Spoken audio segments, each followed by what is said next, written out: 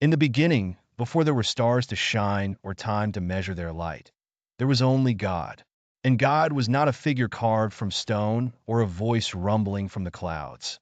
God was a boundless, infinite presence, filling all things because he was all things. And yet, paradoxically, there was nothing.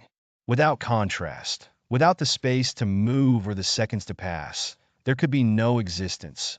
Only an unbroken stillness, a vast and silent eternity. God stirred. It was the first motion ever to be. But he stirred within himself, and in that turning, an impossible thought formed. Could there be something other than me? Could there be a world of distinction, where light differs from darkness, where existence hums with diversity rather than singularity? This question grew vast and heavy, pressing against the edges of God's infinite being. He knew the answer lay not in creation as an extension of his will, for that would still be him, reflected like the endless echoes of a single note. No, he needed something more daring, more radical.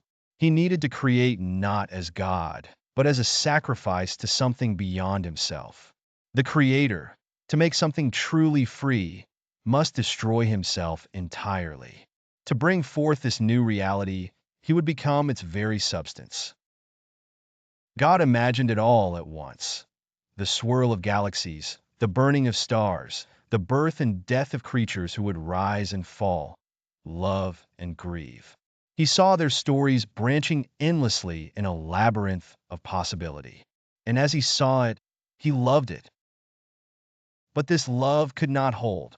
To make it real, he must give himself wholly. There could be no divine strings guiding the cosmos, no hidden hand of control. For the universe to breathe on its own, he must surrender to chaos.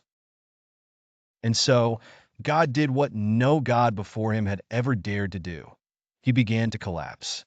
His infinite form tightened into a single, impossibly dense point, a seed containing every possibility, every future, every sorrow, and every joy.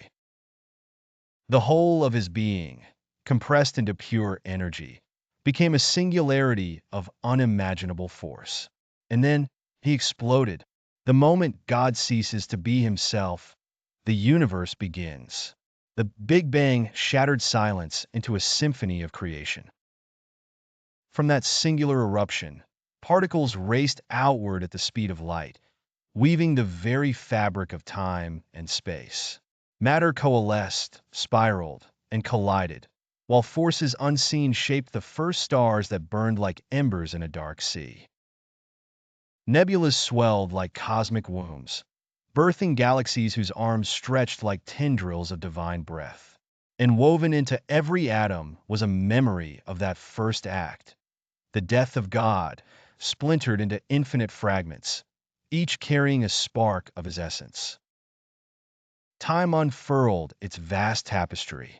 On a world orbiting a sun in a far-flung corner of the cosmos, something new began to stir: life.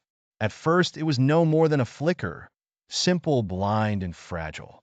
But from simplicity grew complexity, and from complexity, awareness.